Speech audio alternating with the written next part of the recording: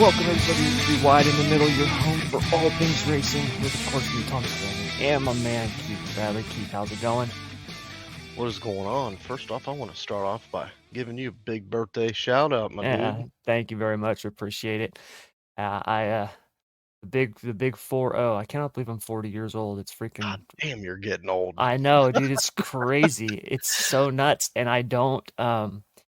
I honestly don't feel it. Like I know most people, they're like, oh my god, when you get to 40, you feel so old, or you hit this, and you're just like, oh my god. And to me, and maybe it's because of the life I led. Maybe because from 16 to 28, it was nothing but a opiate filled addiction for more than a decade. And I didn't finally get things figured out till I was like 30. But I honestly feel as good as I've ever felt, in my life. So it's crazy. I know I'm busier now than I've ever been in my life. So it's It's always a good thing, though. yeah, it is. Well, that's To a it. point. That's the thing. I was telling my wife, I'm like, it's just a number. It's just a number. Who cares? Like, as long as I stay active and keep doing stuff, it's just a number.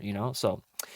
But either way, I am starting to kind of show it with all my gray hair and my gray beard and everything else. So we'll have to. Oh, don't feel bad. I got gray in my beard, too. Dude, my brother, he's younger than me. He's only younger than me by like 20 months. So like we're almost Irish twins. Um, but his hair is all white, and he's been all gray since he was like 25. Like he's just one of those people that he got gray hair. He started having gray hair when he was like 12 years old. Like it was insane, you know what I mean? And we're pretty fortunate because I've always said, I'm like, look, I'll die with the full head of hair, which is awesome. But it'll be gray, you know what I mean? Like it'll just be gray. That's just what'll happen. And I got my the, brother is that way, he's just completely gray. People see us all the time when we're doing the auto glass business, and they think that he's older than me, and it's like, no, I'm actually the older of the two. But yeah, because I got he's just the, gray everywhere. I got the salt and pepper look going. So Yeah, see, I've got that a little bit in my beard. You can definitely see it in my beard, especially like in the front part, around my chin and stuff. It's got, quite a bit of gray coming through. And then I do have some gray hair on my head, but for the most part, it's not that bad. Like my wife is always like, "When are you gonna dye your hair?" I'm like, "Never, never. I'm not going to. The moment I start doing that, I have to do it forever. I'm not gonna do it." yeah, there's no going back from it. Once you No, do it, you got there's to do not. it the rest of your life. Yeah, and I'm like, dude, what happened to aging gracefully? Like, when did that become a thing that you like can't do? I'm like, I don't get it. Like, why do I have to like dye my hair and try to be a 25-year-old? I'm not that. You know what I mean? So, I'll pass. yeah, I'm good. I don't want to spend all my money on just for men. I don't need that crap. So, but anyways, yeah, got the birthday today, which is cool. Gonna go have breakfast with the family before I go to work for the day, and yeah, but we got a bunch of stuff to talk to on cover today on the podcast. Some big news coming out with Hendrick Motorsports appeal. We'll get to that in hit or miss, and obviously we had the race this last weekend at COTA, and Tyler Reddick getting the win and showing just how freaking awesome he is. So before we dive into all that stuff, though, there's something that I've got to cover because I keep hearing more and more about it, or I keep hearing more of it. And it's getting to a point now where it's just driving me nuts because I'm one of those people that I don't like to comment or art or more specifically argue about things, and I've been this way my whole life. I've always said, if I'm arguing with you on a topic, it's because I know what I'm talking about, right? I might not always be right, okay, in the factual sense of being right. And what I mean by that is I might see things in my mind as right, and you could very easily persuade me otherwise. But in that moment, I believe I'm right. I will not just sit there and argue to argue. We all know those people who will argue a point And even when they're wrong, they'll continue to argue. Women are very much like this, at least my wife is, right? Where you could prove them wrong, and then the topic just changes. And it's like, why are we arguing about this? We weren't even, but where did this come from? But it's because you've already killed the last point. You won, but now they've got to move on to another battleground because they need something to win. Okay. So I'm not one of those people.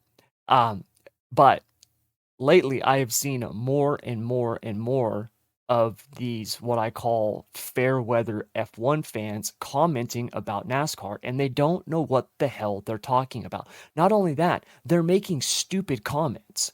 Okay? They're they're they're they're not even making the correct points, all right? And this is something that drives me nuts. One of the things that I tell my son all the time, because you'll my son's 10. There's very few people on the planet who talk less than my son. Okay, that is not an exaggeration. My son talks so much, it's not even funny. Okay? In fact, I tell him all the time, I'm like, dude, if you weren't my son, if I didn't love you so much, I would tell you to shut up. Like, he talks that much. He just, for whatever reason, he has this thing that he just feels he has to talk and talk continuously. And I tell him all the time, like, buddy, the things you don't say make the things you do say that much more important, right? Mike Tirico, one of the great sports announcers, he says, the points you don't make the points you do make that much stronger. And it's the same thing with this. People are out there talking about how NASCAR sucks, how NASCAR's racing's boring, and how it needs to be more like F1 because F1 is exciting. And this is an argument that is so misplaced, that is so stupid, okay, that when I hear it, it literally makes me want to pull my hair out. All right. Do not tell me that F1's racing is so exciting, okay, and NASCAR's boring. And look, me and Keith, we can attest to this. We have been very open and honest when there's been races that were like, dude, that was kind of boring. That was not fun. It sucked, right? The short track racing with this next gen car has not been very good. It's been pretty shitty for the last year plus, all right? But there has been a lot of exciting exciting races on the F1 front. To sit there and talk about how F1 is more competitive and more exciting is one of the dumbest arguments I've ever heard, and why people think this is a good argument to make is absolutely beyond me. Okay? I can tell you right now who's going to win 70% of the F1 races right now, and I don't need to watch another race. I could literally do it with my eyes closed. Okay? Red Bull will win. They will win the championship. They will win the Constructors' Championship. All right. And one of their drivers, probably Max Verstappen, will win the Drivers' Championship. Bottom line, end of story. That's the way that it is. When the hybrid era first came out, the entire 2010s were owned by two teams, Red Bull and Mercedes. Red Bull dominated the first 4 years with Sebastian Vettel. Then Mercedes came in, dominated with Lewis Hamilton, and the 1 year with Nico Rosberg where they won the championship. And then Red Bull closed it out the last year before they switched to this new car. And now Red Bull's been dominating once again with Max Verstappen. It's utterly insane to say that the racing in F1 is more exciting in terms of battles and passing and stuff like that. It is completely different.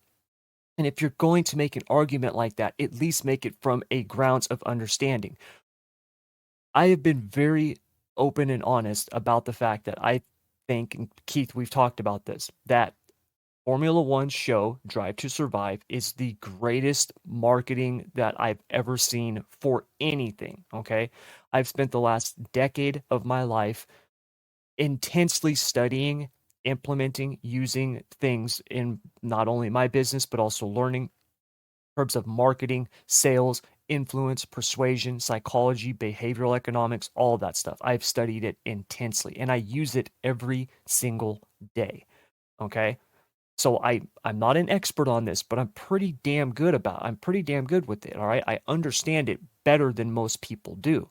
And Formula One show Drive to Survive was the greatest bit of marketing that you will ever see in the history of sports. There's no, it's why you see all these other sports series out there, whether it's golf with Full Swing, NASCAR's Race for the Championship, right? You've got the tennis one on Netflix. I can't remember what it's called, but they're all trying to implement they're all trying to do what Drive to Survive did.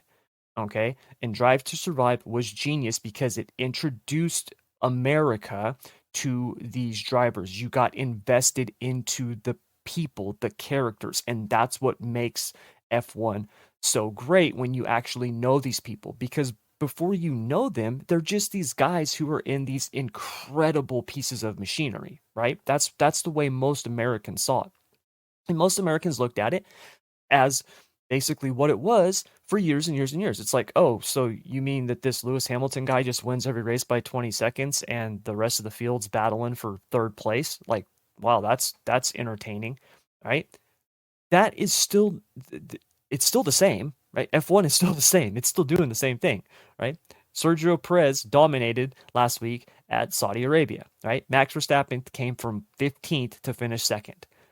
Okay. They are the two most dominant cars. They're head and shoulders above everybody else. If you put, not to take anything away from Max Verstappen, but if you put Lewis Hamilton in Max Verstappen's car, he would be dominating once again. Just like had you put Max Verstappen in Lewis Hamilton's dominant Mercedes, he would have done the same thing. Okay. Those guys are incredible talents. And when they have the best car on the grid, it's not even close. And every race going in, unless something breaks or happens, right, some kind of massive wreck, you can pretty much guarantee that there's going to be a Red Bull car standing on top of the box. So don't tell me how NASCAR can't compete with F1 in terms of excitement in racing, because that is a stupid argument. Okay, this is coming from people who got involved in F1, who started following F1 because of Drive to Survive, and now they make ignorant comments and they don't know what they're talking about. This last week's race at COTA was incredible. Remove the absolute cluster that we had at the end there, where literally the racing gods did everything in their power to try to take the win from Tyler Reddick with all those stupid freaking green white checkers. But up to that point, it was a great race. It was a great race. And go listen to those F1 drivers that were in that race. Go listen to Jenson Button and Kimi Räikkönen. They're like, dude, never have we been going through chicanes with the car literally just double file. Never gone through so many turns double file in my entire racing life. But that's how NASCAR is. Just because it's different does not mean it's not exciting. And yes, there are things that we would love to see improved on the NASCAR front. One thing I love about F1 is I love the fact that the teams build the cars. I love that. I wish we had more of that in NASCAR. That was one of the things I loved. But I understand the reason for the next gen car. I understand the reason why we have these parts suppliers and why they want to try to keep things more narrowed, because absolutely 100% you will see teams spend an endless amount of money trying to modify or create some piece that will give them a couple of tenths over the course of a race, because that can literally win you a championship. So I get it, but it's different. It does not mean that it's bad. It's different. And when people who literally, you can tell by the way that they talk about it, comment about how much better and more exciting F1 is in terms of passing and racing compared to NASCAR, and they talk about it in a way that literally they might as well wear a sign around their neck that says, started watching because of Drive to Survive, shut up. Because if you're going to make ignorant points or you're going to try to prove a point, at least do it from the stance or an angle that shows you actually know what you're talking about, instead of just literally regurgitating something you heard somebody else say on social media. Today's episode is brought to you by Produxa.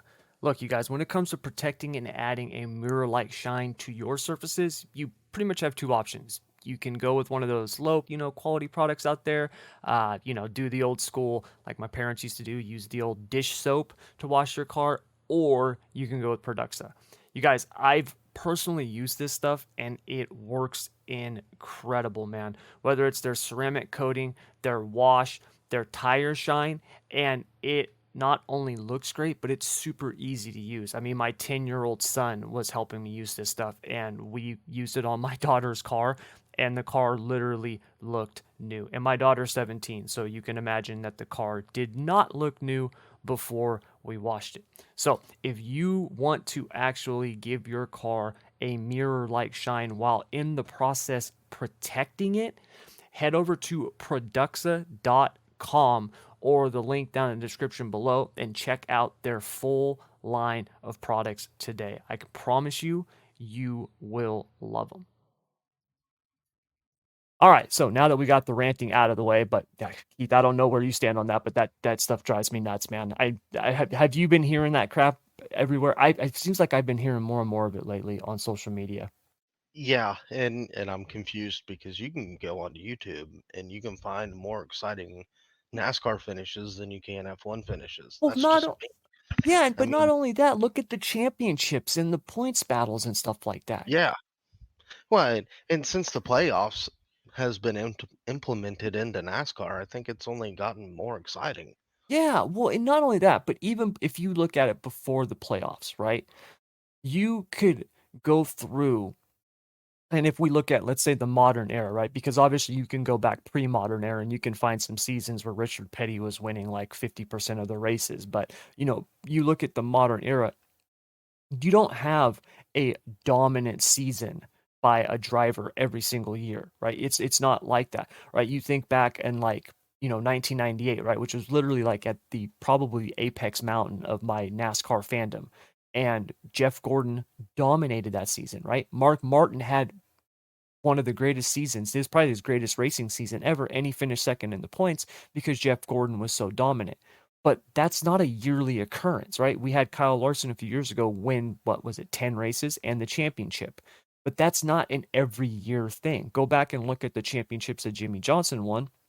Many of those, it's not like he was out there winning 12, 13, 15 races, right? In F1, you see these guys. Verstappen won what, 85% of the races last season? Like it wasn't Well, even close. and and you can even go back to when Harvick won 10 races at what was it, 3 seasons ago and Yeah, didn't win the championship. I mean, that just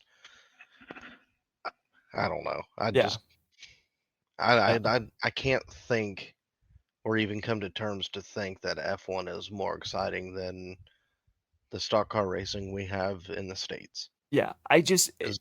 To me, it's different, and that should be celebrated. But Yeah. don't Well, to and me these guys who bury NASCAR talking up F1, and it's like, dude, stop, just yeah. stop. It's Well, driving me nuts. and I don't ever recall seeing a F1 finish be an eyelash. No, I mean, you not just don't see not it. in recent memory. You can't really compare the two disciplines of racing. I mean, they're F1's exciting in its own way. Yes, NASCAR's exciting in its own way, and you really can't compare the two together. yeah, they're completely different, and that's the thing. That's the way that it should be I celebrated. mean, me personally, I think dirt racing's more exciting than Formula One, but that's just me. I'm not a big Yes, Formula One guy. yes, I'm with you. I do too. I love Formula One because to me, I The love strategy is what the I like. yes, the strategy and then the machines, right? The cars that they build are incredible, right? Like it's like space age. You know what I mean? Like that's what it looks like when you look at these cars. They're absolutely insane, right? And the guys, the driving that they do, right, is incredible. Yes, there are some times where you've got these battles on the track and it's really cool and they've got the DRS and all that stuff like that. And there's some really good racing. But it's it's its own thing, right? Dirt racing to me, like I love it. It's just exciting because I don't think there's anything more exciting than you got 30 laps, right? And it's 24 cars out there on a half mile or a quarter mile, right? Whatever it is, and it's, go get it done, right? It's pedal to the metal. I love that. To me that's the most exciting racing that there is. And NASCAR is exciting for its own, you know, sense, its own thing, right? So I get all that, and that's perfectly fine. I think we should celebrate the differences, not try to build one up by tearing the other one down when you don't know what you're talking about. That drives me nuts. And I just seem to hear more and more of that recently, and it seems like it's just coming from people who don't know what the hell they're talking about. And yeah, it just drives me nuts. But anyways, moving on. I don't want this whole thing to be us talking about morons.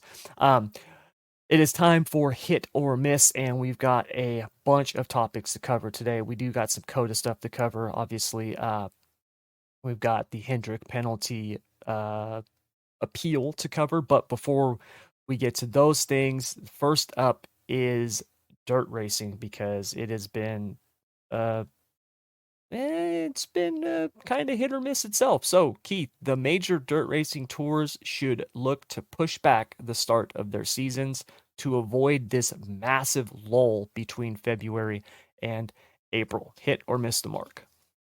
I think it misses the mark just because the seasons between all the national series, the season's already long enough, and I think if you just push them back, it's just going to push them into the colder months of the winter. And anybody that knows dirt racing, it sucks racing on dirt in the winter time. I mean, it's hard on the motors because you got to keep them warm for one, and they don't run the traditional engine coolant, or most Mm-hmm. don't. And at least on the sprint car side, I know we always ran water in our radiators. I don't know what they do. I'm sure they do the same thing on the late model side, I would think, but with the methanol and everything else, I mean, if there was a way where you could work around it to where the season ain't nearly as long, but it just sucks. Dirt racing in the middle of April, beginning stages of spring just sucks because it rains constantly. Yes, it does. And if there's a way to maybe go to the West Coast first to get away from the rain for the most part, and then Yeah. make your way this way, that would be better. That, Yeah. in my eyes, that would be better. Yeah. Well, I think it actually hits the mark, and here's why. I don't think they need to lengthen the season. I don't think they need to when I say push it back, what I mean is this, winter nationals, right? The East Bay, Volusia, all that stuff is great. But you do that and you've got this big, A big exciting month start gap. Yeah. kick off to the season, and then you've got nothing, right? You're And sitting yes, around we've on the had a couch like, what do we do now? yeah, and we've had a lot of shows rained out and stuff like that, but even then, there's still massive gaps. So I would personally love to see them just take Winter And Nationals, move it back a month, but do it at the and end of February or the in begin, that middle of March. in that sense, I agree. I Yeah, agree with that. And what I would like to see them do, and I don't know if they could do it logistically wise, maybe do the Winter Nationals and then head out west. Go to, like, I don't know, Texas, Oklahoma, out further west, do some racing there, and then make your way back to start the season over here on the East Coast if that's what your prerogative is. But yeah, I agree with that though. yeah. That there shouldn't be a month of layover. No, and then when you get these rainouts, now it's going to be 2 months, right? Yeah, I mean, dude, t- the late two models and a have, half. I yeah, mean, the late models have hardly ran the sprint cars. I mean, they just finally got some racing in this last weekend. You know what I mean? It's just been these massive gaps. And when you're a race team, right? And you got to travel like that, you got a hauler to take across, even if it's just a couple of states, those costs add up. And when you're doing it at this time of the year, and obviously rainouts have been much more prevalent this year. Look here where I'm at in Northern California, this has been a winter or this has been a rain season from the likes that we haven't seen literally in more than 20 years. The last time we had a rain season like this, we had to evacuate because it was going to flood. It actually did flood. Okay. So it's been crazy. But even then, if you go back and you look through the years, this is not that um, crazy what we've seen. We have these rainouts every year, right? Obviously, we've had more this year, but this massive gap, it just seems to me like they do this. We get the season going and everything's exciting and kicks off, and then it's like, boom, right? Could you imagine the NFL season, right? Doing preseason football and then and then being breaking them like, up. all right, we'll see you back in October for the regular season? Yeah, Be like, I wait, see what what? you're saying Yeah, because that's my thing. what don't make any sense to me, and I'm sure somebody out there can educate me on it. You do the Winter Nationals, you take, what was it? The Outlaws took 4.5 weeks off, and then they Yeah, turned around and went right back to Florida. yeah. Why not run the whole time you're down there? If you're gonna I do mean, that, if you're gonna start, yep. If you're gonna yeah, if you're gonna do that down there, then just run in Florida.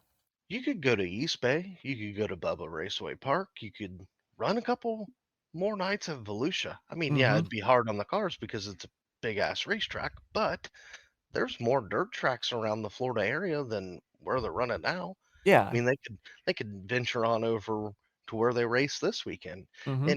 and to shorten that law in between. And I don't know if it'd be possible for USAC, but in a way, I think it could be possible if USAC could do the same thing. Because let's be honest, they raced what in February, early February. They've been off. USAC kicks off their season this Saturday, so that damn near a month and a half of Yep. race. You race and then you're off for another month and a Yep. half. Yeah, so I just think, to me for me personally, it seems like we've got the Chili Bowl in January, obviously, and it's a huge event. And to me, I would kind of just my own personal preference, I would like to see that kind of be the end. And then we've got a break, and then once racing kicks back off, then let's kick it back off. Let's not start it up and then shut it down for 6 weeks and then start it back up again. It's just tough. And then, like I said, when you have these rainouts, it just makes it even harder for the team. So Well, yeah, and like what you're saying, harder on the teams. I mean, let's be yeah, honest, it costs probably $1,300 to fill a hauler up with just diesel fuel. That's not counting paying your guys. yep, Most teams have 2 to 3 guys, so you gotta pay hmm them, hotel stays, yep, possibly food. That's just you're pissing in the wind at that point. yep. Well, look, I mean, I was talking to one of the guys, one of the shop owners. He owns an auto body shop, and my glass business. We work with them. We do all their glass work, and me and him were talking this last week, and he runs sprint cars out here out on the West Coast, and they run, the they change the name all the time, but they've got the NARC series out here now. They've got the King of the West or the Golden State Challenge or whatever the hell they call it. And he was like, I can't run local shows anymore. He goes, because it's 1100 to the winner. He goes, it costs me $2,000 just to drop the door on my hauler, meaning that for him to take it to the track and run the car, it's 2 grand, right? This is a regional series. This ain't the Outlaws. So, when you talk about these Lucas Oil late models, World of Outlaw late models, the World of Outlaw sprint cars, all stars, right? These are top tier teams. I'm imagining it's going to cost way more than $2,000 for them to drop the door at one of these national tour events. So yeah, to me, I would just like to see the gap, the lull be decreased, and when the season kicks off, let's kick the season off and have it go. So yeah. All right, moving on. Sunday's race at COTA, there was obviously a lot of excitement and things happening, and one of them was Daniel Suarez, his reaction. So Daniel Suarez should be penalized for running down Alex Bowman and hitting him on pit road after the end of the race at COTA. Hit or miss the mark. I think this hits the mark 1,000 times over and over and over again. After last season with Ty Gibbs pulling the stunt he pulled on pit road, almost did an official. They set the Yes. precedent there, and then they Hmm. had to carry it on with Daniel. And yeah, granted, did Bowman hit an official? No. Was it close? No. But there's that what if factor. What if Daniel hit Alex just as hard to cause Alex to hit the throttle pedal and run somebody over? Exactly. And not only that, but if you actually look at what happened, it wasn't Bowman's fault. Like Bowman didn't clean him out, right? He The one car was obviously involved, but it wasn't like Chastain was just running. You had a bunch of cars there. Everyone's banging into each other. It's racing. Bowman didn't drive him dirty. This is something, Harvick said this. What was it last year when he got mad, wrecked into, hit somebody, and then watched the video later and was like, damn it, I hit the wrong person, right? Like, these guys really need to sit down and watch the video before they go out and wreck into one another, because a lot of times it's not what they think. It's not what they think happened. We see this all the time just in sim racing, where people be like, dude, what the hell? And it's like, dude, go back and watch it. I didn't touch you. I wasn't anywhere near you. It wasn't me. It was the guy next to me, right? And people's emotions in a real race car obviously are going to be even more heightened. And I know it's hard to do, but just take a breath. I get it. You were having a great race, Suarez, and it did not end the way that you wanted it to. But don't just paint a target on Bowman and now take it out on him, especially if you're not 100% sure that you know what happened. And definitely don't do it on pit road where, like you said, Keith, even if there wasn't an official standing right there by Bowman's car, it's the what if factor. We know there are officials there. There are people Yeah, walking around. You can't have that. and what makes it even more concerning is the official was close, but not like he could reach out and touch the car. Mm-hmm. One good shot to the back bumper, and maybe Alex not paying attention, and his foot slips off the brake, and he hits the throttle pedal, like I said, and he Yeah. hits the official. Then what happens? Then Yep. what do you do? And what really it irritated me more than anything that Daniel Suarez was doing this. See, we don't know the safety factor with the back end of the car yet. Yep. There's still that concern. I mean, we we as racers know that at the end of the race, you're more likely your belts are loosened. Your helmet could either be A on or be off. Yep. More than likely his was probably still on, but we don't know that. And you can't and there's no way that Daniel could know that. Yep. And if he wants to beat somebody's back bumper off, he probably should turn around and look at his teammate because it all stemmed from that. Yep. And it was a freaking shit show getting into turn one anyway, because I mean, you got to Yeah. get what you got to get. But on the other hand, I, it's just so damn hard to say what you could do in that situation. I don't know what I would have done. I probably would have reacted the maybe a similar way, maybe catch up to him before he gets on pit road and beat his back bumper off then. But damn it, not on pit road, Yeah. not after last year, because Ty Gibbs was close. Mm-hmm. I think he was the closest that I've ever seen, and we just don't need that No, in you any don't. sport. You don't need any official getting hurt, any crew member, or even any fan that is on pit Mm-hmm. road, because I think they open it up to hot pass members when the race is over. Yeah. There's just a big what if factor, because Yep. if you do run somebody over, nobody knows what happens. Yep. Nobody there's no clear answer on what happens if that person is ran over, or what happens to the driver that runs over that person. It's not safe. It's not safe at all. Yep. Exactly. So I'm with you. All right. Moving on. This past weekend at COTA saw the official death of success for the road course ringer. And let me clarify what I mean. It used to be back in the day, back when we only had like, 2 road courses on the schedule. If you were a road course ringer, you could show up and immediately run up front, right? Like that was it. This last weekend at COTA proved that those days are gone. Hit or miss the mark. I think it hits the mark. I'm with you Um, 100%. the finishes show, and I do got to give Jordan Taylor a pat on the back for qualifying inside the top 10. But on the other hand, and I've said this to people in sim racing, it's easy to be fast by yourself. It's harder Yes. to be that fast around other people. And Yes. and it looked like he kind of sent it in on some guys, and they kind of fed it back to him, but you never really seen them be strong. Not like Kimmy last year at Mhm. Watkins Glen, where he had a legitimate shot at finishing the top 10. Then this year at Coda, I don't even think he broke the top 20. No. Mm-mm. Or no, he did. He did at the end and got shuffled to the back. Yeah, he Um, finished what, 29th or something? So, yeah, yeah. I just the road course ringer. I don't like hearing it anymore, because I think everybody that races in the Cup Series, they're all in the right state of being a road course ringer. I mean, well, if you they're look at the guys who've won the races and you look at yeah, how they race, I I could tell you right now, 20 years ago, if we were going to, Sears Point or Sonoma, right, or Watkins better be Glen, watching Jeff yeah, Gordon or Tony Stewart yeah, you know what I mean? If it wasn't gonna be one of those 2 guys, if it was like, "Hey, look, you can pick Boris Said or or" Robbie Gordon or yeah, uh, Scott Speed, right? Like, you look at those guys, yeah, and those guys would show up, and it was almost like you could just pencil in a top 5 finish, and they were gonna be fast all weekend, they were gonna run up front, they were gonna do good.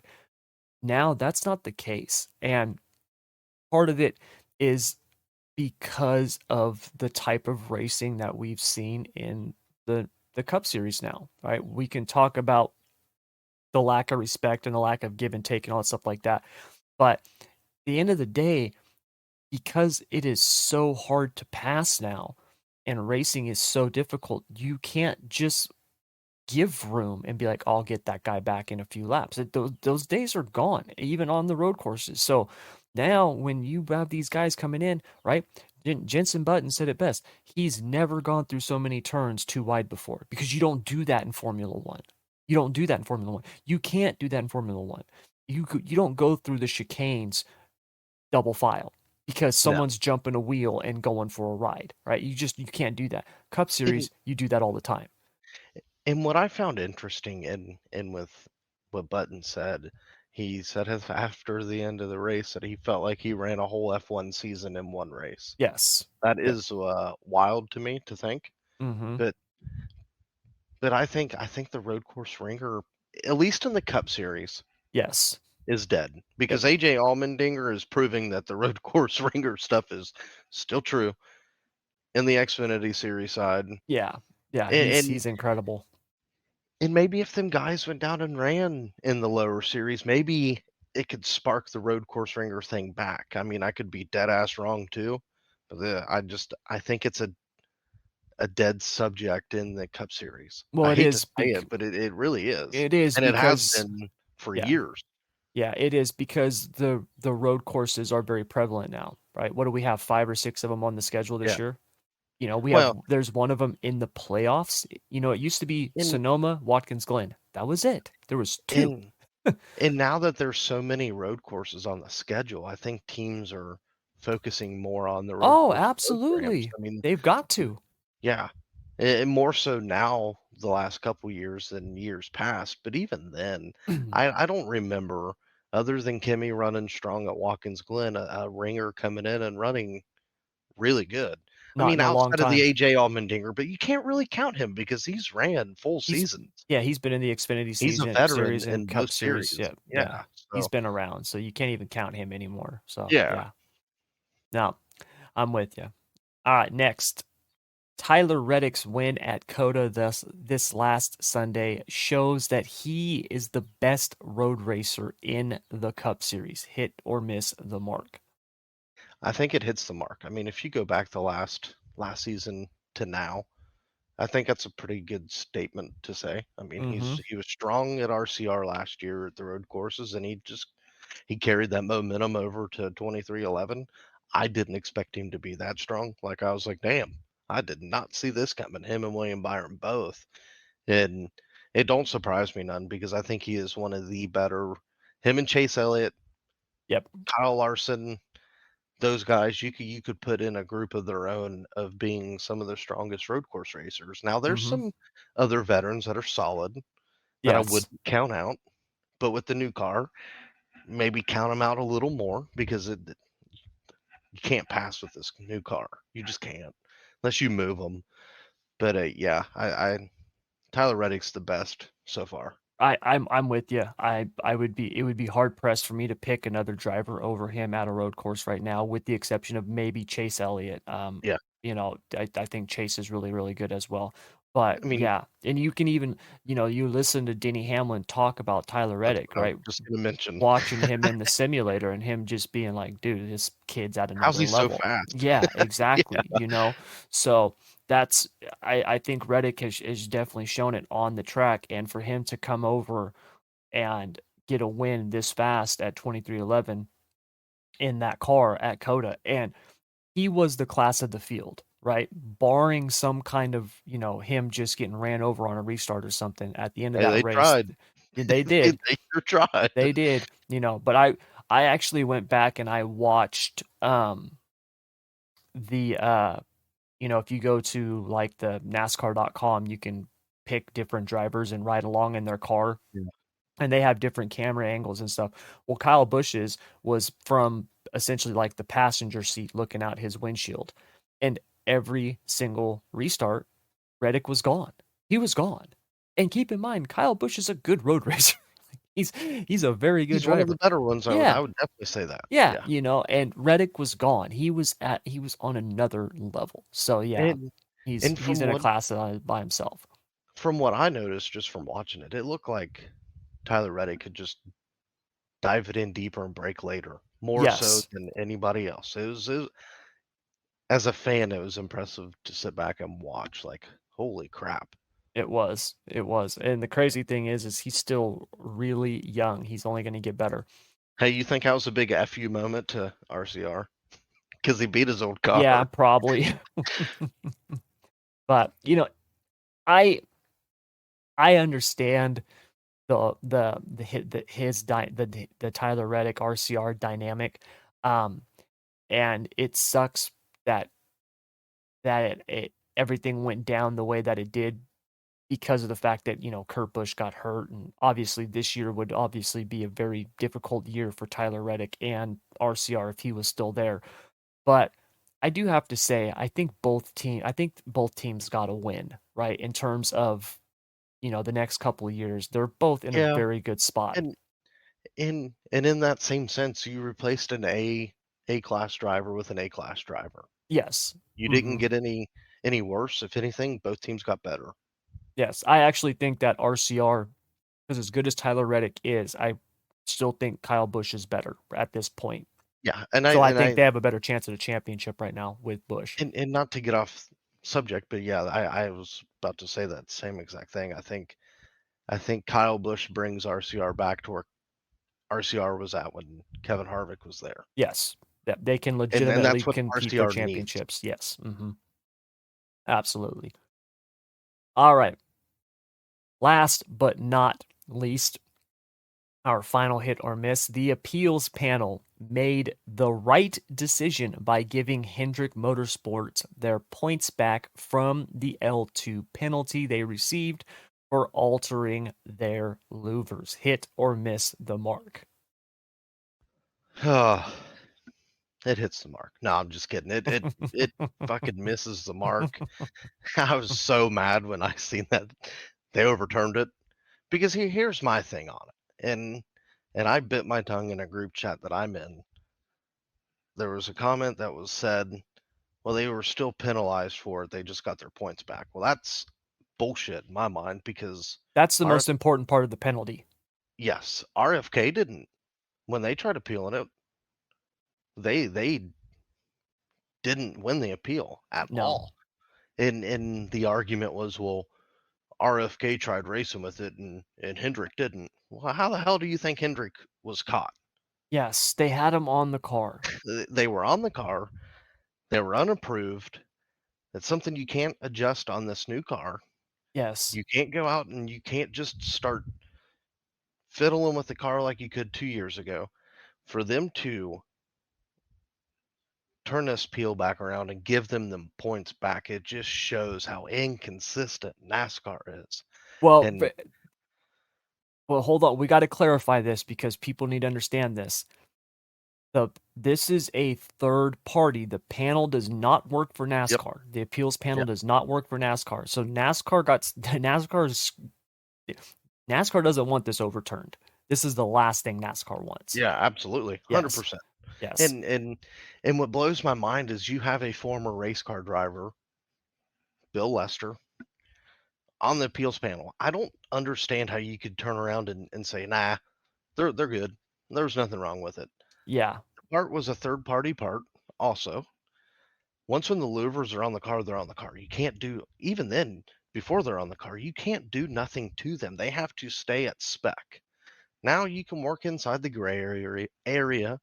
It was never said of what they were doing with the louvers. Yes. Whatever they were doing to them is what they found on the car 56, I think that's what they're calling it. Mm-hmm. They found it on that, and they were trying to replicate that on the Chevys. And then Colleague tried it, and they were all busted. Yep. And it pissed me off when I seen it. And then the comment of, well, they didn't race with it. Well, it don't matter. Yes. They were To found, me, they were confiscated, they were handed down a penalty. It just, they were in my planning on mind, racing it. yeah, 100%. Yeah, they were, and you can't say that they weren't. Yes, that should not minimize a penalty, all right? No. Imagine a world championship boxing match and a guy tests dirty before the fight for steroids, okay? Is his penalty any less than the guy who goes out and actually fights who got through the preliminary test and then tests after the fight positive for steroids. No, no, they were both using performance enhancing drugs. And according to the rules, right, if you're using like USADA, for example, then you both cheated. That's all there is to it. And to me, this I let me first say this. I wish the teams could actually build some of these freaking cars. That's one of the things I loved about NASCAR was the fact Yeah. that the teams built their And cars. I do, but you and can't have these rules and then open this up. You're no, opening up a whole a different gray. door that don't need to be Yes. opened. Yes, exactly. Because now these teams know that, hey, look, man, if we can, and we don't know what the argument was that Hendrick used, right? We've heard all kinds of different stuff that the louvers that they were getting were not up to the correct spec, and so that's why they were modifying them. And we've heard a bunch of different things. We're never going to know the truth, right? The only ones who are going to know the absolute truth of what they were trying to do are those guys at Hendrick who modified those louvers. So we're not going to know that. But at the end of the day, you can't open this little gray area because we talk about it all the time, and race teams are absolutely probably the most guilty of this than any other sport on the face of the planet. If you give them an inch, they're going to take a mile. And if they think that they can modify something or they can alter something or find, even if it's just a tenth of a second on the track, and then win the appeal, because that's the thing. It does not matter what NASCAR penalizes them. If they can win the appeal and get their points back, you're going to see teams trying this. and and 100%. and here's what pisses me off about it. RFK wasn't doing it for a competitive advantage. They were trying to fix the car to run the car. Yes, they didn't. It was a freaking, there was a parts shortage. They couldn't get Yeah, the and parts. yeah, and and I think what's going to piss me off even more is Colleague is appealing their penalty. Hmm. If their penalty's upheld, Yes. that's going to piss me off, and that's going to put it in my mind that, oh, this appeal panel is what's the proper way to put it? They're not wanting to put a penalty against NASCAR's poster team. No, exactly. It's going to, they almost, the only way I can see them upholding the penalty to Colleague is the fact that NASCAR looks at the case that they made against Hendrick, sees maybe, if they made a mistake or didn't present evidence in a correct way or something like that, and then they now go, okay, well, look, we've got to present it this way, and they do it in a different manner with Colleague, which then helps strengthen their case. It's the only way I can see this. Otherwise, you're 100% correct. You cannot overturn part of the penalty for Hendrick and then not do it for Colleague, because it's going to 100% look like favoritism. It Yeah. 100%. Now, if they would have appealed it and they would have been like, well, you can have your crew chiefs back and we're not going to penalize you the money, but we're keeping the points. I would have been Yes. okay with that. Yeah, the I points are would the have big been thing. I would have been a little better because now with the points back to where they were, now you got Alex Bowman back in first, William Byron back in the top 5, Kyle Larson back in the top 10. It's almost feeding the other teams like, hey, you can go mess with Yep. these Yeah. parts for It opens competitive up advantage. it opens It up a just potential gray area. yeah. And let's be honest, there's some crew chiefs out there that are really good at working through the gray area. Oh my God. Yes. I mean, I mean, let's go back to Texas a few years ago when Kevin Harvick won, and they were busted for the rear window bracings being mhm. too short to where the rear window is dipping. Yep.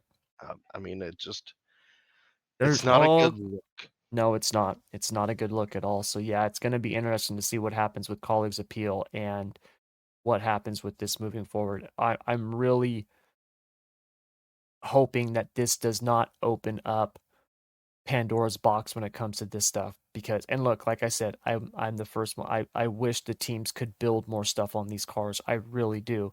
But I understand why they don't want them to, because when it comes to racing, you can spend millions of dollars just to shave off a tenth of a second. And that does not sound like much. And in our world, it isn't much. But in the racing world, it's everything. And there's only a couple of teams that can do that. And if they're able to do it and everybody else can't, we're right back to where we were with the Gen 6 car. And that's what NASCAR is trying to avoid. So, yeah, it's going to be really interesting to see, not just with the parts, but also from NASCAR's authority, I guess, right? I mean, think of for those of you out there who are parents, right? Keith, you and me are both parents, right? Imagine if every time one of your kids does something and then you lay down a punishment and they immediately go to their mom, right? They'll to the other parent, and the other parent goes, "Oh, no, no, no, you're not grounded for a week. It's okay. After tomorrow, you can have your phone back, right? You'll be fine, right?" At what point does the kid look at you and be like, "Well, I don't got to listen to you. You're not the one who's passing judgment, right? I'll just go to mommy." You know what I mean? And that's what I'm afraid is going to happen with this is these teams are going to start looking at, right? If Denny Hamlin's penalty gets overturned, if Colleagues gets overturned, right? There's a real potential issue of NASCAR losing authority where now it doesn't matter what NASCAR says. What matters is the appeals board. And that's something that I'm And afraid we don't want. and here's my thing: if they're gonna turn this penalty back around where it's really not that big of a deal, then Denny Hamlin should be turned around immediately Yeah. because he never wrecked Ross Chastain. Yeah. Not once. He just Yep. said, "Up, I slid up the track, and if I'm going back there, he's going back there with me." He Yep. pushed him wide. Yep. I just, it pissed me off as soon as I seen it come across my phone. I was like, "You've got to be shitting me!" Yep. So, And it's not because I hate Hendrick and don't really like Chase Elliott. I just, if you're gonna break the rules, you gotta gotta stick with the penalty. yes, exactly. Exactly. So yeah, we'll see what happens with calling, but that's going to do it for hit or miss. And when we come back after the break, we're going to dive into our NASCAR Pick'em, where once again I got my ass kicked. So stick around. All right, so NASCAR Pick'em time. Keith once again beat me. You had Jordan Taylor. I had Kimi Räikkönen. Neither of our drivers did very well in the race, but We were battling for the shittiest. yep, they were battling for best of the rest in the 30s. So Jordan Taylor did finish ahead of Kimi. So you got the win last week. That now has increased your lead. You've won 5 weeks. I've won only 1 week. So we've got Richmond coming up. It is your choice. Who are you going to pick for Richmond? Oh boy,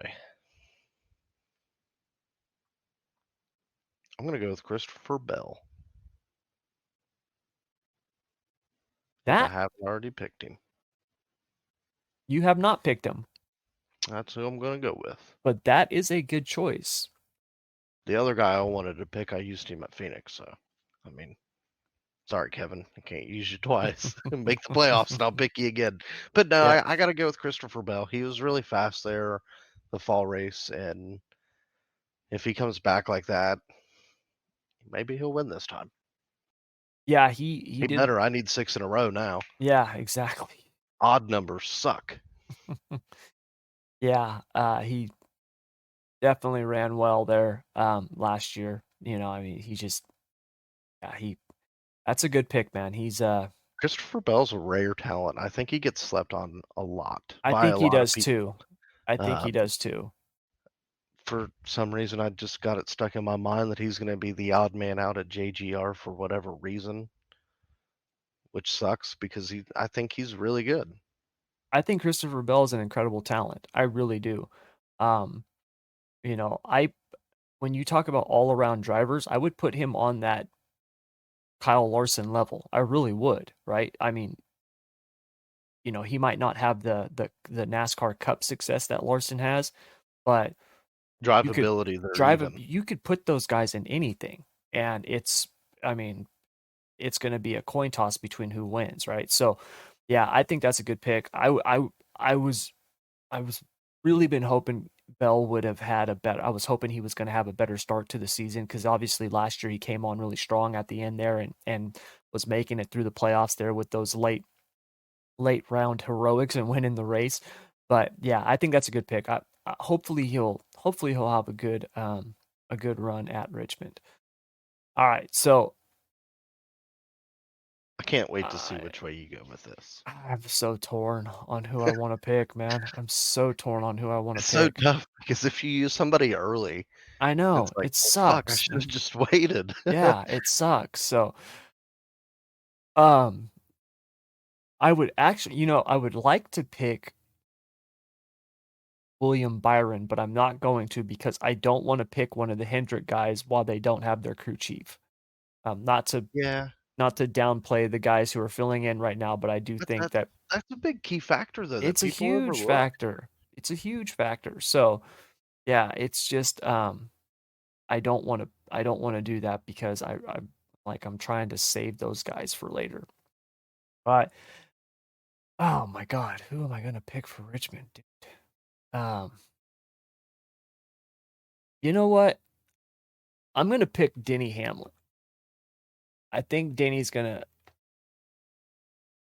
do good at the short track. And he's usually really fast at Richmond too. He usually is, yeah. So I'm gonna pick Denny Hamlin. Hopefully he'll I like it. You have a know, good run. after listening to Denny's podcast, I was never like a huge super fan of Denny Hamlin. Like I've always kind of liked him. I always thought he was arrogant as hell.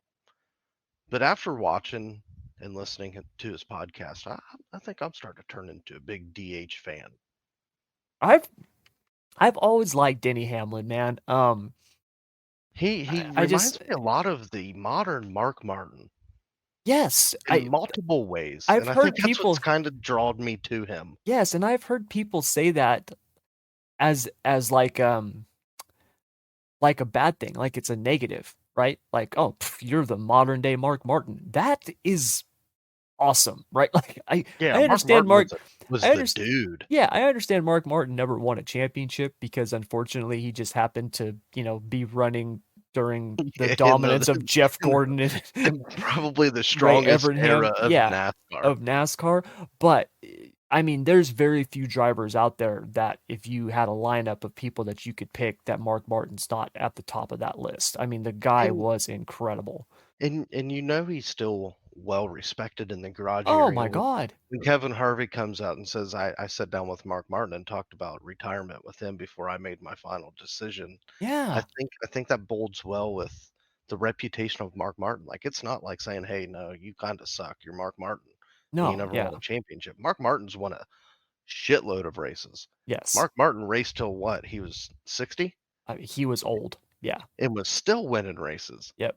Mm-hmm. So yeah, I've always liked Hamlin. I've always, I like the I fact that just like the old veterans. I'm a fan of the old veterans that raced in the early 2000, yeah, late 2000 era, yeah, and he he's one has of a them little bit more guys. of the old school driver in him. I like him. So hopefully he can get me a win in this NASCAR Well, Pick'em at Richmond because I've been I getting don't my hope ass that. kicked. I don't hope that. I need at least 6, and then you can win one after that. So, all right, so that's our I can NASCAR finish Pick'em. 1-2, and I'll be happy with that. There you go. So you've got Christopher Bell, I've got Danny Hamlin. All right, so before we wrap up this week's show, we're gonna do our GOAT of the week. So Keith, who is your greatest of all time for last week? All right, hold on to your seat. Everybody else, hold on to your pants. I'm giving my go to the week to Corey LaJoy Nice. for being a small, semi-underfunded team to go into COTA and to leave with a top 15 finish. They finished 11th, ran really strong all day, even had a penalty, went to the back. I think he went to the back twice and drove back up into the top 10. I think Corey LaJoy, Inspire Motorsports, is turning the corner. And when I mean the corner, I think the right corner. I think they're going down a Yes. very good path. It's bold to say that I think Corey LaJoy will win a race by the end of the season. I really do. I think Corey LaJoy sneaks into the playoffs. Now everybody's going to be looking at me like, well, what are you talking about? He may not have all the top tens and all the flashy finishes like everybody else, but he has been so damn consistent this season. and Yes, he he's ran has. a shitload better than he ever has. And he's one of them old school guys. He came up with that era of race car drivers. I mean, look at his dad, Randy Mhm. LaJoy, raced with the Harvicks of the world and then the Hamlins. And I gotta give them the goat of the week. I mean, it just a small team going in Dakota that's not really he's not really that great of a I'm not gonna say he's not that great of a road course racer, but road course racing's tough. And to leave there with 11th place after all the shenanigans that happened in turn one multiple times, I just think it's impressive. Yeah, it is. I love it. I am a huge Corey LaJoy fan. Me too. I really am. Uh, I don't know, I just really like the guy. You know, he kinda reminds me of, like, He's a Clint humble Boyer. person. Yeah, but Yeah, he kinda reminds me of, like, a Clint Boyer, you know what I mean? Like, the way he talks and the way he looks, his perspective on things. I like the guy, man, and, and his podcast is awesome to listen to. I think it's pretty funny it too. is, it is. I like I said, man, Thursdays are my favorite day of the week for podcasts because that's when I get to listen to all the racing ones that I haven't listened to yet this week. I always wait until after we do ours, and then I listen to, you know, Dale Jr. and Door Bumper Clear and now Denny Hamlin's and Stacking Pennies. So, yeah, I always like listening to him because I, I it's always cool. I'm a firm believer that Corey LaJoy will be with a big team next year. I really think that he is starting to open the door all the way now, and he's showing these big teams like, hey, look at this guy in the seven. Yep. Because Yeah. let's be honest, when he was racing against Logano, he was beating Logano in late models and modifieds. Corey Oh, LaJoy yeah. is no slouch. Yep. Yeah, he's He's not, just man. he was dealt a bad set of cards for his NASCAR career. Yep. So, yeah, that would it would be Sim awesome if he time made the matters, and playoffs. Corey LaJoy's proven it. Yep. So, yeah, I like it. I like it, man. That's a good pick. Yeah, for them to do that at COTA is pretty incredible, and it shows his capabilities as a driver. So, yeah, I like it, man. That's a good pick. My go to the week, I'm gonna go. It's kind of a chalk pick, but we talked about it in hit or miss. I'm gonna go with Tyler Reddick for him to come in 23-11, get the win, be that dominant. It just shows how good of a driver he is and how good of a road racer he is. And like we talked about, with there being, you know, 5 road courses on the schedule, yeah, it's a big deal, right? You can't just go in and try to survive those races like they used to back in the day where it was like, all right, we got Sonoma and Watkins Glen. All we got to do is just not wreck and we'll be good. You've got to actually prepare and be good at those tracks. And he has been the man at the road courses over the last couple seasons. So I that's like my that pick, pick. man. He I was really do. awesome. Yeah. And I gotta piggyback onto that. Just listening to how emotional Kurt Busch was really shows how much Kurt really cares about NASCAR still. And in the Yeah. 2311 team, I know I've seen some pretty shitty things said about Kurt on Twitter and in the social media world. Let's not forget that that's supposed to be Kurt's car. Yeah. That's Kurt's team. That's the team that Denny allowed Kurt to build, and I think it's awesome that they came in and won, and you couldn't have picked a better time to do it when Kurt was in the booth. Yep. Yeah. It was awesome, man. Yeah. And you could tell listening to him. And yeah, it was cool. You know, it, like we talked about earlier, it sucks the way that it happened with him getting the concussion and having to retire the way that he did. But it was definitely cool to see that car win with him up in the booth. And yeah, Yeah. you could definitely tell that, you know, And his investment in that team and the sport was obviously prevalent. in that side of Kurt Busch should open up the old heads that didn't like Kurt Busch because of his firecracker attitude. That should show how genuine Kurt Busch really is. Mhm. I Yep. mean, him and Kyle both I think have turned new leaves because Kurt's totally different than what he used to be, and Kyle's totally different than what he used to be. Oh, yeah. Yeah, yeah. And I think what makes it even better is when because I'll listen to Denny Hamlin's podcast on Sundays at work or Mondays at work, sorry, just to get a feel of topics and stuff like that, and to hear Denny say when Kurt's cleared, he can come back and run anytime. We got a car waiting. Yeah. Yep. Yeah, it's cool, man. So, Yeah, I like that pick. yep. All right. So that, everybody, is going to do it all for this week's pod. As always, thank you very much for downloading, sharing, subscribing, all that good stuff. Please keep it up. We do this just because we love to do it. And yeah, we'll continue doing it if you do all that for us. So, Keith, my man, enjoy your weekend. Will do. You enjoy your birthday breakfast, dude. Yep, I will. And then it's a long day of work ahead. So it's just another day. But that'll do it. Thank you guys very much as always. And until next week, take care.